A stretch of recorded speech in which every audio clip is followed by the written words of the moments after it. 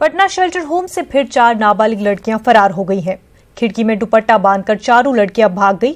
इस मामले में केस दर्ज हो चुका है। पुलिस छानबीन में जुट गई है। आपको बता दें कि आशा किरण शेल्टर होम का ये पूरा मामला है। राजधानी पटना के आशा किरण शेल्टर होम से 4 नाबालिग युवतियां फरार हो गई हैं और यही वो शेल्टर होम है जहां पर जो आप विंडो देख रहे हैं, विंडो से ये बंधी हुई साड़ी है और बिल्कुल फिल्मी स्टाइल में जो युवतियां हैं वो यहां से भागी हैं। और जो ये चारों युवतियां हैं पिछले 6 नवंबर को इस शेल्टर होम में इन्हें लाया गया था।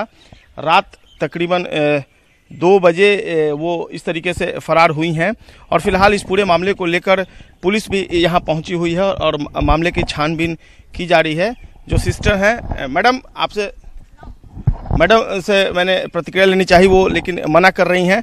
लेकिन इतनी जानकारी मिल पाई है कि बिहार के बाहर की वो युवतियां हैं, मुंबई इलाहाबाद से लाई गई थी और इसके बाद तकरीबन उनकी उम्र जो है वो 16 साल के करीब बताई जा रही है 3 युवतियों की, और एक युवती की उम्र जो है वो 10 साल के करीब है।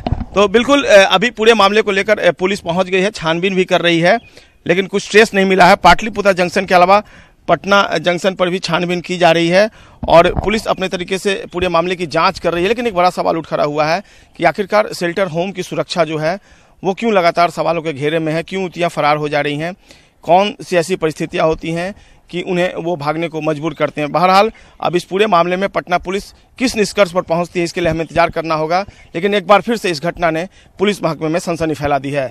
कैमरा पर्सन दीपक के साथ संजय कुमार, न्यूज़ 18